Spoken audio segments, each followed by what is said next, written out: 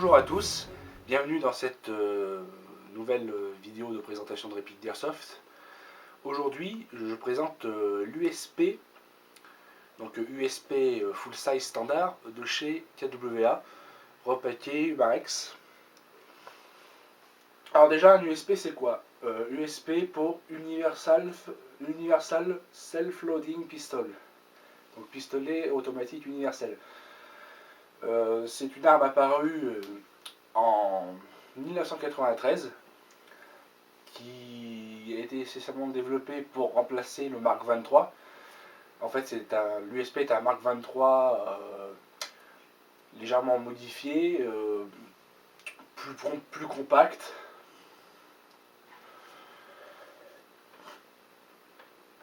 Alors, moi, la réplique de ce USP de chez KWA, je l'ai acheté chez Réplique GLP, une de mes boutiques habituelles. Alors, il est affiché, comme vous pouvez peut-être le voir ici, au prix de 199 €. Moi, j'ai profité d'une promotion, je l'ai payé 150. Donc, ce qui était plutôt une très bonne affaire. Alors, voilà comment se présente la boîte. Une boîte toute simple, hein. On a l'habitude de ce type de boîte, de ce modèle de boîte. C'est un standard chez Umarex pour les répliques HK.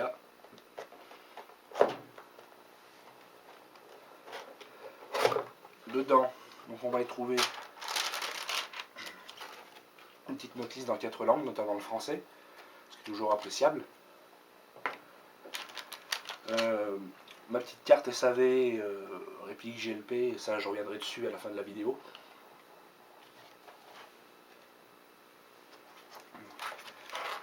Bien sûr la réplique et son chargeur.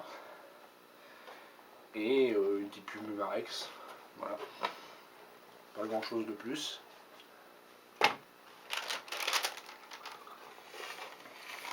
C'est le package du pauvre quoi, mais bon, on va voir que la valeur vient essentiellement de la réplique.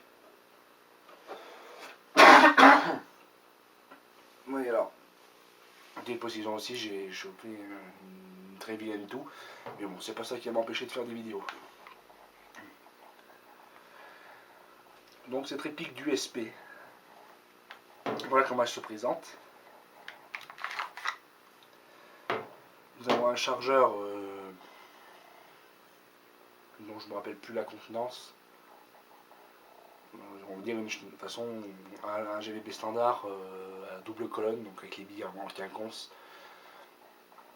Généralement sur ce type de magasin on tape allez, on va dire grosso modo 25 mm. Le chargeur a cette particularité également de, lorsque vous baissez le follower, de se bloquer, ce qui est plutôt pratique pour remplir le magasin. Attention, si vous le débloquez, même si le follower est en métal, ce qui est appréciable, il lèvre aussi, ça serait dommage d'y abîmer. Donc pour la réplique, ça fait partie de ces répliques à carcasse polymère. Donc on a une carcasse en polymère d'ici je dirais d'une bonne qualité, même si le plastique m'a l'air un peu bizarre. Enfin, je veux dire, moi je suis habitué au polymère WE, donc passer sur ce type de polymère là, qui est plus proche limite d'un ABS de chez Marui, ça fait un peu bizarre, mais c'est pas non plus. Non, c'est quand même des matériaux de qualité. On a ensuite une glissière en magnésium. L'habitude chez KWA d'utiliser du magnésium. Un canon externe en plastique. Ça pour une réplique à 200 €. Bon, c'est pas terrible, il faut le dire. C'est un des points noirs de la réplique, c'est ce canon en plastique. Donc il y en a, ils s'en foutent, mais moi, bon, je trouve ça vraiment dommage.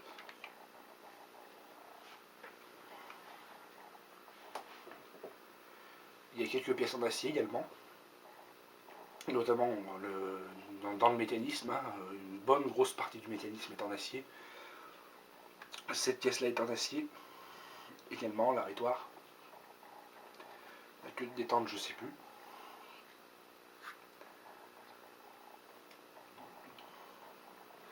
Alors c'est une réplique double action. Platine double action. L'USP a aussi cette particularité d'avoir le décoqueur. Donc avec ce levier de sécurité. En position sécurité. Et lorsqu'on l'amène vers le bas, ça désarme la réplique. Cela dit, pour détendre complètement le mécanisme, il faut tirer quand même. Parce que la position décoqueur,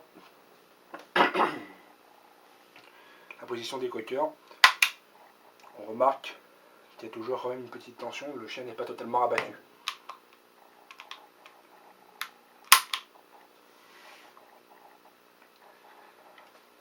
Voilà, donc après matériaux, donc tout ça m'a l'air de très bonne qualité. On a une petite plaquette ici aussi avec un numéro de série. Je ne sais pas du tout si le numéro de série est unique.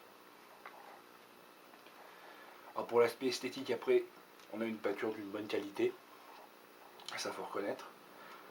On a des marquages, certes blancs, mais bon, qui donnent quand même un certain cachet. Même s'il me semble qu'ils ne sont pas totalement, complètement accurate.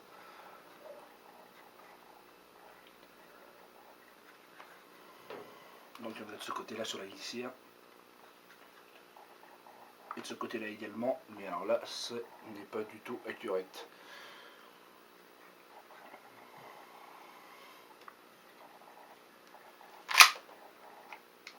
Donc oui, effectivement, voilà, on voit bien que c'est un canon plastique. Hein. D'ailleurs, il y a ce bruit très désagréable de plastique. Enfin, on a toujours ce bruit agréable de la glissière quand même, pour compenser.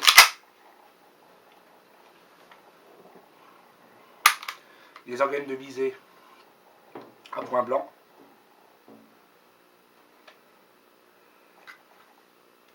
Là, c'est pratique. Même si la réplique est quand même... c'est un pistolet qui est quand même très haut sur la main. Donc la visée n'est pas évidente. Hein. Passer d'un CZ75 à un USP, il faut un petit temps d'adaptation quand même. Voilà. Donc, le démontage, très simple. On va amener cette encoche dans la glissière au niveau de l'arrêtoire. À ce niveau-là. Plutôt à ce niveau-là. Et après, comme sur un 1911, on chasse l'arrêtoire par ici. Et il y a juste à faire glisser. Voilà.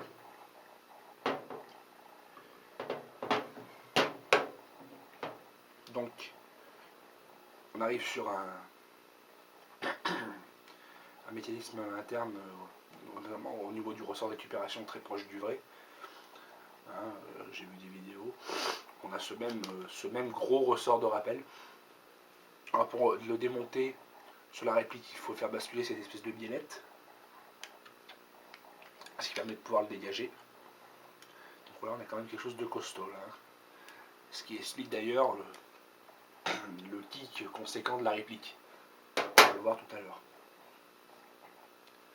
Et ensuite, il y a juste à récupérer le canon en plastique, mais avec des marquages toutefois gravés. Ça rattrape un peu le coup, mais... Et ensuite, voilà. Canon interne et bloc up. Le bloc up qui se règle donc via une petite clé fournie. Également, j'ai oublié de parler de la petite clé fournie parce que je l'ai pas rangé dans la boîte. Cette petite clé qui permet de tourner cette bague Donc ça par contre c'est un point fort parce qu'il n'y a pas à démonter la réplique à chaque fois, comme sur les 1911W ou autres. Donc c'est un plus, un bon gros plus.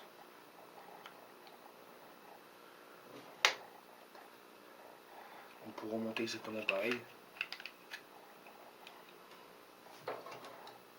On remet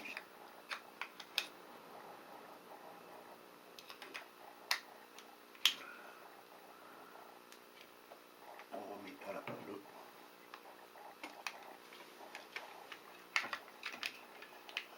Pourquoi tu veux pas y aller, voilà.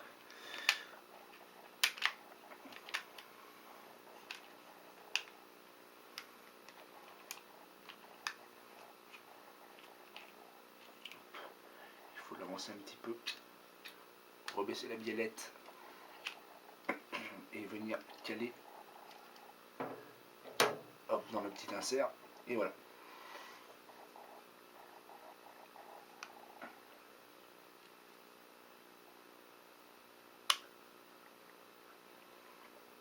Et ensuite, il n'y a plus qu'à remonter.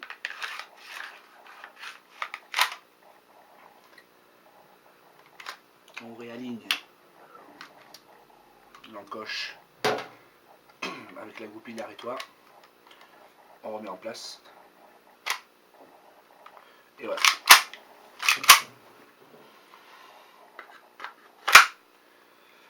Alors au niveau de la fluidité de la culasse, du mécanisme, hein, on est sur quelque chose de très bon. Voilà, c'est assez fluide, ça fonctionne bien. Le point de départ n'est pas trop lourd. Les crans de chien sont francs.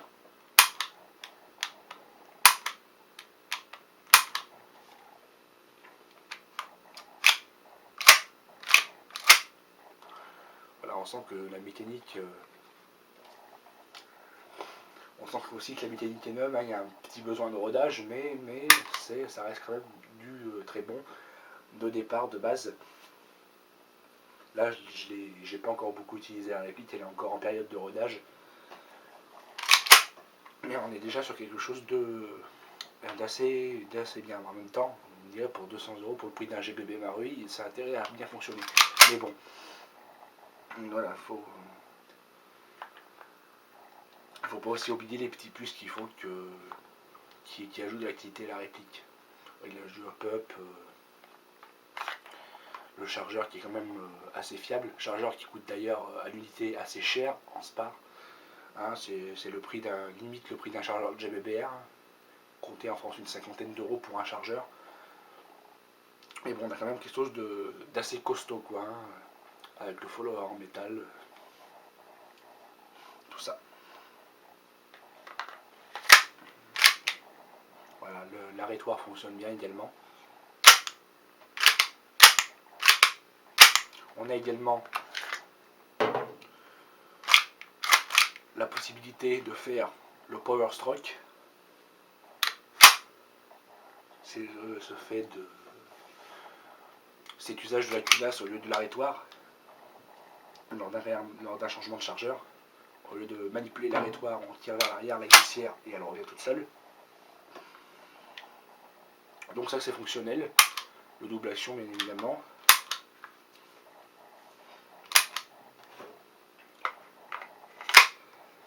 Le tic, comme je le disais, est assez sec et assez bon. Hein, c'est vraiment quelque chose d'assez sympathique.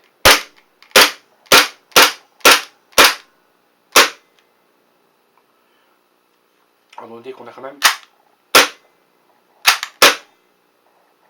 même, je remarque maintenant, j'avais pas fait gaffe avant, on a quand même le bruit du gros ressort de rappel.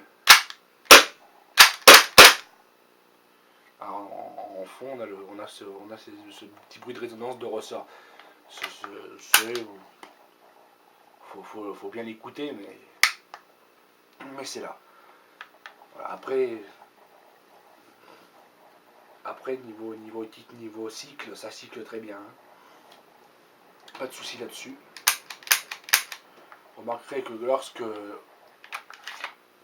une utilise le double action lorsque la réplique n'est pas chargée. Ça ne fonctionne pas. Cela dit, si j'arme, ça ne fonctionne pas non plus. Il faut que j'arme la glissière. Et là, ça marche. Même si j'utilise le décoqueur.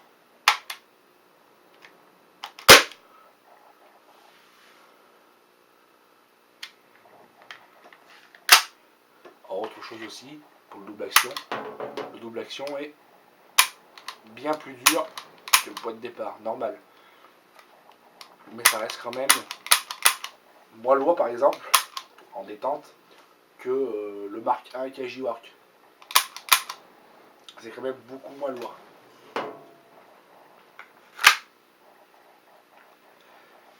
Voilà, donc pour l'USP, on va passer au petit test de tir. Donc moi je fais toujours des tests de tir à une quinzaine de mètres. De toute façon, au-delà, en général, en partie, on n'engage pas au GBB.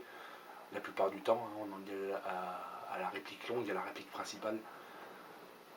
Donc niveau des portées, à mon avis, ça peut atteindre quelque chose d'intéressant. De toute façon, sur ce type de GBB, dans cette gamme de prix, généralement on remarque qu'on atteint toujours une moyenne de portée, on va dire, d'une trentaine de mètres.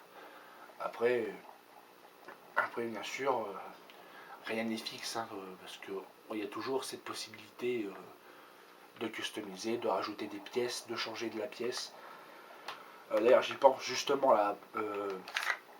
Autre chose d'importante sur l'USP, qu'on peut faire avec une clé fournie également, c'est verrouiller la réplique comme on peut verrouiller l'arme réelle. On a une petite clé, ici il y a une espèce de vis, il suffit de la tourner pour bloquer tout le mécanisme. Ça va bloquer le ressort de marteau, ça va tout bloquer. Et la réplique sera totalement inutilisable. Donc ça c'est un plus intéressant, notamment pour le transport. Et pour les joueurs qui se déplacent en transport en commun notamment, ça peut être intéressant en cas de contrôle de montrer ça. Ça fait toujours mieux, quoi.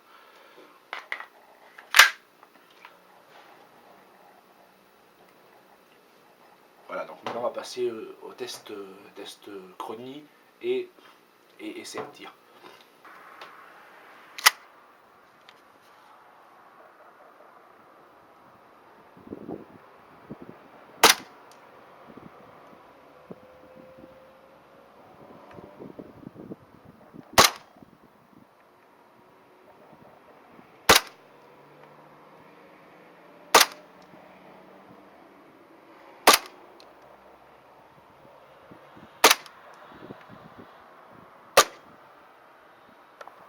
Test USP 15 mètres.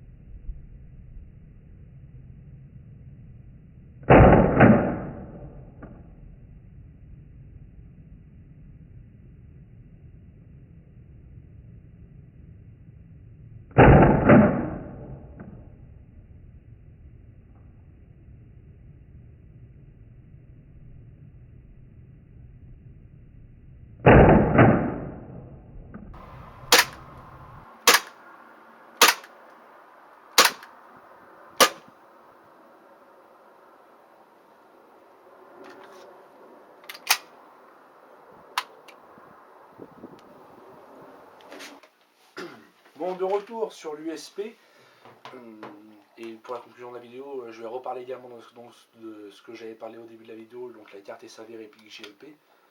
Je vais en parler parce que c'est quand même quelque chose de très intéressant. Et bien avant, je vais conclure sur l'USP.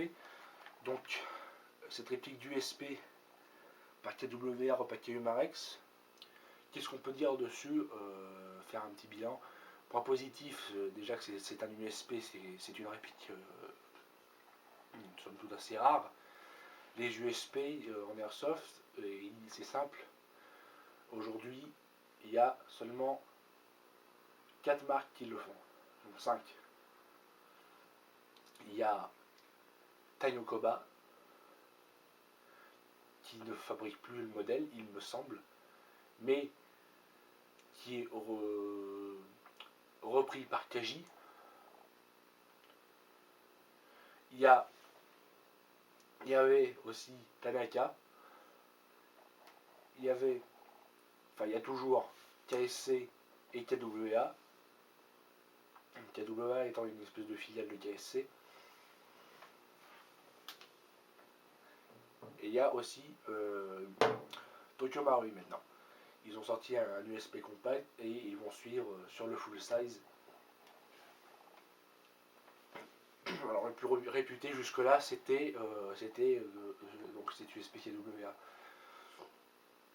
Dans les points positifs pour cette réplique, c'est que c'est une réplique de très bonne qualité, hein, qui n'a pas eu grand chose à envier à son homologue japonais chez KSC. Donc avec un esthétique réussi, des sensations assez bonnes, très bonnes même. Une qualité globale du mécanisme et du fonctionnement très bonne. Après, dans les points négatifs, on va quand même noter, je suis obligé de le dire parce que moi ça me gêne, c'est ce canon plastique. Pour le prix qu'on paye, s'il pourrait au moins nous foutre même limite un vieux canon en Zamac, on s'en fout, du moment qu'on a un canon de métal. Ça leur coûterait pas plus cher. Quoi d'autre aussi également? Oui, alors, autre point négatif, si on peut dire que c'est un point négatif, c'est cette manie qu'ont KSC et KWA de faire des mécanismes très pointus, mais justement trop pointus par rapport aux concurrents comme Tokyo Marui, qui eux font des mécanismes plus simples. C'est-à-dire que, comme je le disais peut-être dans la vidéo des Glock, sur le Glock WE, je me souviens plus trop, TWA et TSC, ce sont des marques pour lesquelles, dans les mécanismes, il y a, mettons, 3 pièces, là où les autres en mettent 2. Ce qui fait qu'on va avoir des mécanismes très, très pointus, qui fonctionnent comme des horloges, mais qui vont être plus assujettis à des pannes et qui vont être plus capricieux du fait du nombre plus élevé de pièces qui vont faire qu'en cas de problème, déjà ça va être plus long à trouver. Enfin, la cause du problème peut être plus long à trouver à cause du nombre de pièces plus important, et également pour avoir de la disponibilité de pièces, parce que il faut dire que sur ce modèle-là, sur l'USP, c'est pas le modèle de réplique, surtout chez KWA, et encore pire chez les modèles Tanaka, Tenyokoba, Kajiwork, pour lesquels il n'y a aucune pièce, mais pour cela déjà c'est assez difficile de trouver des pièces. Après, on peut peut-être compter sur Tokyo Marui pour sortir son USP, et éventuellement, connaissant les fabricants qui produisent actuellement, produisent surtout pour les modèles Tokyo Marui plus que pour les modèles KSC TWA. On remarque qu'il y a beaucoup plus de pièces sur le marché pour les mécanismes Marui que pour les mécanismes KSC. Donc on peut penser que si Marui sort un USP full size, déjà qu'il y a un USP compact, on peut s'attendre à ce qu'il y ait toute une gamme de pièces qui sortent, et également des répliques cheap de ces USP, peut-être chez WE, peut-être chez d'autres. Après, Après, c'est pas pour ça qu'il faut délaisser l'USP KSC et TWA. Malgré ce que j'ai dit sur les pièces, c'est vrai, mais ça reste quand même du très bon matériel. Et pour peu qu'il soit entretenu, vous n'aurez absolument aucun problème. Aucun. C'est ça, hein. Les GBB de toute façon c'est de l'entretien. Et si c'est mal fait, bah forcément ça casse. Hein. Même pour Tokyo Marine, même pour tout. Un GBB il n'est pas éternel, surtout si vous l'entretenez pas. Si vous l'entretenez, il tiendra des années. Et ça marche pour toutes les répliques de toutes les marques. Enfin la plupart. Hein. Après, les plus bas de gamme, voilà. Enfin, après, je veux dire, je dis ça, je dis que tout est durable, mais bon, par exemple, sur la durabilité, tout ce qui est TWC, ils y mettent pas du leur les mecs hein, pour la durabilité. Enfin bon, je vais vous passer mon avis là-dessus. Voilà. Alors je reviens donc sur cette petite carte SAV de chez Replic JLP. Donc ils ont mis système en place, système très intéressant de SAV SMS. Alors j'explique comment ça marche. Lorsque vous achetez une réplique chez eux, ils vous donnent cette petite carte avec votre numéro de facture, le modèle de réplique, et vous avez la possibilité, en cas de problème, de contacter par SMS le technicien de la boutique, qui vous répondra, qui pourra vous répondre 7 jours sur 7, y compris hors des horaires de fermeture, et y compris les jours de non-ouverture, donc les dimanches et lundis. Donc il ne faut le contacter que par SMS, et lui, en fonction de la gravité de votre problème, soit il vous donne des instructions par SMS, ou soit il vous appelle directement. Bien entendu, ça marche que pour du matériel qui vient de chez eux. Hein, bien évidemment, ils ne vont pas faire le SAV de tous les concurrents. Hein. Ils ont un business à se tenir, c'est normal, c'est tout à fait compréhensible. Hein. Mais voilà, ça m'a apparu important d'en parler parce que c'est quand même un système très intéressant et c'est la seule boutique que je connaisse qui propose ce genre de service, la seule que je connaisse. Et ça peut quand même s'avérer un jour indispensable, même si c'est des situations quand même rares, d'être en carafe sur le terrain et de pouvoir demander assistance. Quand même, c'est quand même pas mal. Voilà.